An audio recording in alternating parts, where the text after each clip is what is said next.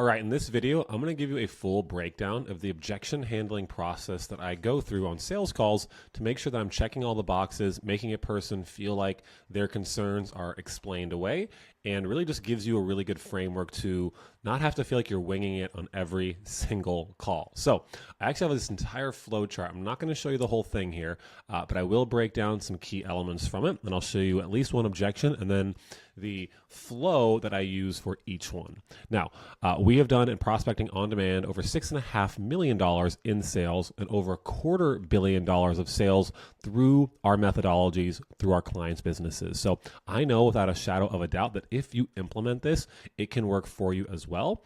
And this is going to probably be a little bit quicker of a video than we normally do. We're going to run through it. I'll explain some of the elements and let's just get right into it. So first and foremost, after you kind of go through your sales conversation, right? The most simple version of that is the 4 W's, we call it. Where are you at? Where do you want to go? What is the gap? And what is the urgency?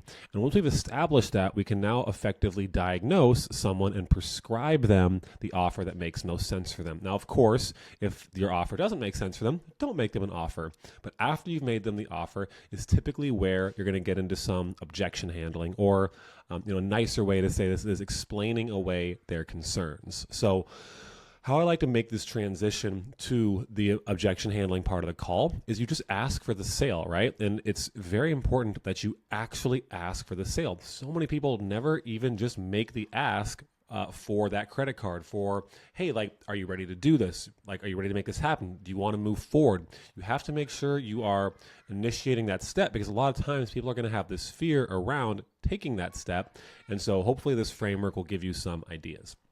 All right, so after the offer is made, I transition into the objection handling with this. Hey, so only if you kind of feel like it's appropriate, what we can do from here is organize your credit card payment, or we can do this over a bank account. Well, that will allow us to do is get you on board as quickly as possible, get you on track to that goal you had shared. Would that be appropriate, or do you have any additional questions before we continue?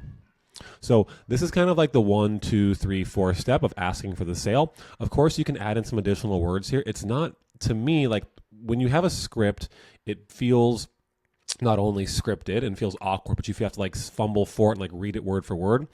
It'd be much better for yourself and your prospects if you could just remember the frames you need to generally be hitting and say it a little bit differently every time based on the context of the conversation. So first and foremost, we're going to ask for the sale. Now, it's very unlikely someone's going to immediately say, okay, let's do this. They're probably going to have some concerns. So now we're into the objection handling map itself.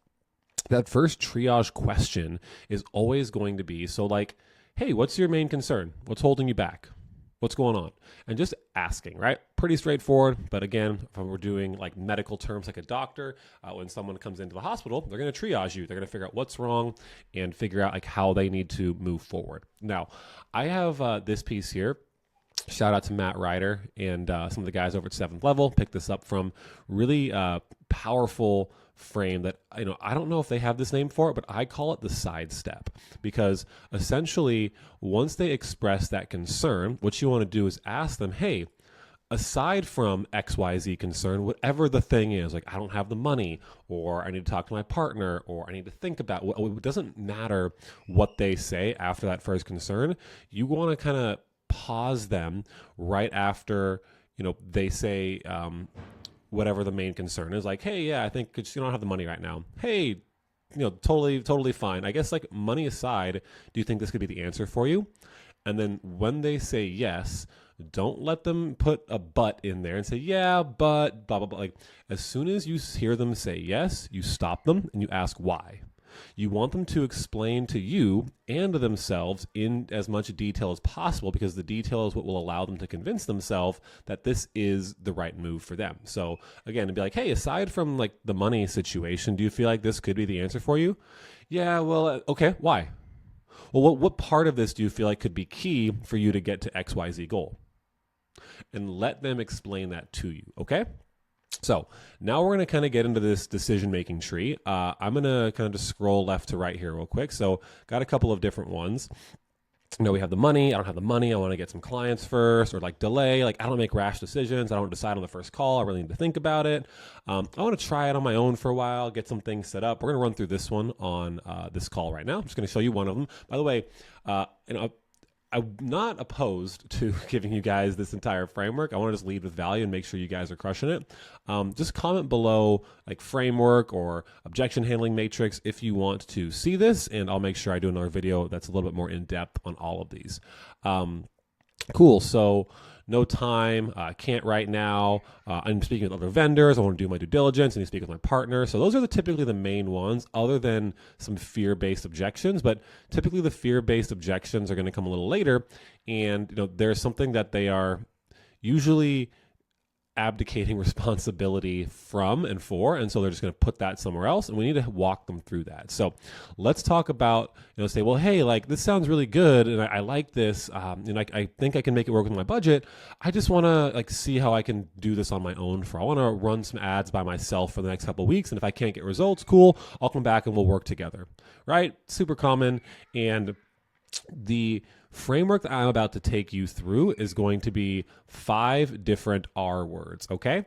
And what those R words are: rationale, that's the first one. So what is the rationale? We're going to reframe in their mind that objection or that concern. We're going to replay the objection of how they would normally handle it. This is usually best handled in a B2B situation. B2C, probably can remove this one. And then the recommitment to what they need to do, and then returning to the sale. And then it kind of goes into fear-based objections, but we're not going to go down that rabbit hole today. So let's scroll back up to the top here. So like, hey, I want to try it on my own for a while, get some things set up first. So first we're going to understand the rationale behind that. Hey, totally makes sense. So I guess explain to me what's going to be different between now and the next 2 weeks. Like, you're not going to magically just get better at this without help, are you? And let them explain to you like what's going to be different. And like, well, maybe I'll do this, maybe I'll do that. Like, well, what if things don't change? Or what if they get worse? Do you want to settle for that? And let them explain, like, why not? Why don't you want to settle for that? Okay. So then explain to me why you'd want to push your goals off even further. If you have this problem and we have the answer, like what's that thing that's maybe keeping you from wanting to try and do this? Do you want to settle for staying the same or going backwards? Like if you can't figure this out? So again, very simple. We're just trying to understand the rationale behind why they may want to do this. And they may have, in their minds a legit reason. One that comes to mind recently is someone actually already had an in-house media buyer that they're paying and wanted to give them a shot to do it first because they never actually had, and they had never even considered that. So that'd be a little bit harder of a one to, overcome, but obviously setting follow-ups in place. Sometimes there is some merit to the objection. You just have to make sure that it's not something that they're masking with fear, or they're just trying to say things to, looking for a way out instead of looking for a way in. This is kind of the first step. What is the rationale behind that objection? All right, number 2, so reframe. And I got a bunch of different reframes I've kind of put together, picked up from different people, and lots of things I've kind of learned. So I have like some names for each of them. And this one is, this reframe is the best position. So helping them understand like, hey, like all we can ever do in our business and life is put ourselves in the best possible position to be able to win and to achieve the outcome we want. Is that fair? Do you feel that someone who, wants to DIY, do it themselves, do you feel like that's the easy way or like the hard way? Do you feel like that person is putting themselves in the best position in order to be able to win? And see, what I'm doing is I'm not asking it about them. We have this phrase like put a straw man out in the field, where you can throw rocks at that straw man and have whatever conversation, you need to have a hard conversation with someone about that straw man, the scarecrow in the field. So you don't have to necessarily make it about them if they're being timid or not wanting to take it personal, or you not wanting to get combative, right? Now, this is one of my favorite questions in this whole piece here. It's like, well, like, what if you did this 6 months ago? Where do you think you would be today, right now, when we were speaking? You think it'd be a lot further along? You think you'd have this solved? You think you'd have the business you want? So like, how do you make sure you get at least close to that in the next 6 months? Do you think that DIYing is the best way to do that? Like you said, you've already done this 6 months ago and you'd be at where you want to be.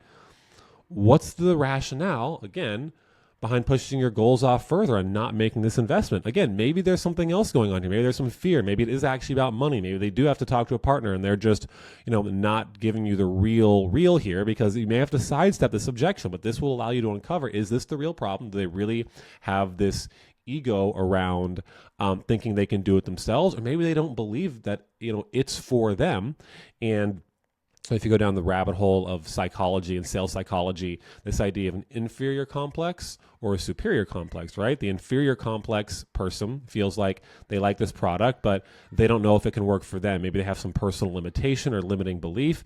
And then the superior complex is someone who just thinks they can go do it on their own, but very likely, they've already been stuck for a while and they do need some additional help. So, there's a whole other kind of reframe around people who dabble, people who wing it, people who are know-it-alls, and people who commit to mastery. And sometimes, like, hey, do you think someone who maybe thinks they can do it on their own but has been stuck in the same place for 6 months, that person maybe falls into the know-it-all category and maybe needs to get some help so they don't plateau their business? Okay, got you. So this is the reframe, right? We're just helping them reframe the concern in their head in a way that hey, this doesn't really actually make sense when you play this out. Right. Now, again, more in the B2B space, what I like to do with people, especially because we're selling, mentorship around sales and growing their business and acquisition, helping them understand how they handle this objection. Because there's this phrase, you are the objection that you give, right? And essentially what that means is, if you have this objection or talk track, if you're the type of person who needs to think about it, who needs to look at your finances, who wants to do it themselves, when you get that objection from a prospect, you inherently buy into that because it's a story you adhere to yourself. And so we can't do for someone else what we can't do for ourselves. And in that sense, I like to just ask them hey, so do you ever have a sales conversation where a prospect tells you something similar? Hey, I've got this problem. I just want to take longer to get to my goal and just figure it out on my own for a while before I spend any more money, right? I have this problem, but I want to wait longer to solve it. How do you handle that? And let them tell me, well, I do this and do that and do that. Well, is there any reason to not take your own advice? And so explain to me, how do you think that your prospects will have urgency to solve their problems if you don't have urgency to solve your own? It's congruent, right? Because you can't help them realize they need to have this urgency if you yourself don't have that urgency within you. And again, ask them, well, how many times does this work? How often do you believe them? Maybe 1 out of 10? Okay, so a numbers game, right? Do you really want to be playing a numbers game, or do you want to be able to do this for yourself so you can help other people see that this is the right investment for them? They don't need to DIY any longer, and they need to make the investment to get themselves to their goals and where they want to go. Don't you want that outcome for yourself too? Got it. Okay, cool. So those are the first kind of 3. Each objection will be a little bit different. And now, when we come to the money objection, we actually don't do a replay objection. We actually do a little bit different, where it's get resourceful, right? So after we reframe, we talk about getting resourceful, and then the objection around speaking to their partner, I don't really replay the objection either there. Those are just the 2 that have a little bit different set of rules. But after we go through this, now all of these objections are kind of branched down now into the recommitment, right? So this is where we kind of express they know what they need to do. DIY, we've established DIY is dumb. Don't do that. You're going to waste your time. It makes more sense to get the help. You're losing deals because of this, and you buy into that. So what you have to do, but are you actually committed and willing to make it happen for yourself? Right? Why? The details are where they need to be able to explain to you and themselves why they are committed to it, why they are willing, because they don't want to go backwards, because they want to keep their kids in private school, because they want an XYZ thing. But you need to get that recommitment in order for them to move on to the next piece of the objection handling, right? Lastly is kind of this return to the sale. Sometimes people call this a loop, where we don't want to go so far down the rabbit hole of the objection that we stay there and we lose the emotional excitement around the offer and where we can take them. So we always want to loop back to and return back to that sale by asking them, what do you feel like you need to do in order to then put yourself in the best possible position to get to XYZ goal? and let them explain and what they actually have to do. And through this whole conversation, they'll have realized, well, I need to make this investment because DIY is not putting themselves in the best possible position and is delaying their future. Instead of pulling their future closer to them, they're just pushing it down the road for a hypothetical perfect point in time, because the reality is most people blame outside circumstances, stay in their comfort zone, or wait for the perfect time. And if you allow them to do that, you cannot impact them and serve their business. So that's pretty much it, guys. Let me go down to some fear-based objections. If you like this and you want to see some other ones, just comment below like, hey, this was great, Brian. Would love to see some other objections. If you want to see the whole matrix, I'm more than happy to maybe break that down at some point as well. But it's a really powerful way you can kind of walk someone through this process where we're going to have some level of rationale around the objection, explaining why, a reframing of that objection in their mind, replaying the objection so they, see why they're losing deals because of this, a recommitment to what they need to do, and then returning back to the sale without going down the rabbit hole. And then we can kind of get into some fear-based objections. But hopefully this video has been helpful, guys. If you're enjoying this content, do me a huge favor. Just hit the like button and subscribe. Drop a comment below what your favorite sandwich, whatever. I don't really care. Just really helps the algorithm here on YouTube reach more people so we can impact more individuals. And I appreciate your time so much for hanging out. I'll see you guys in the next one. Peace.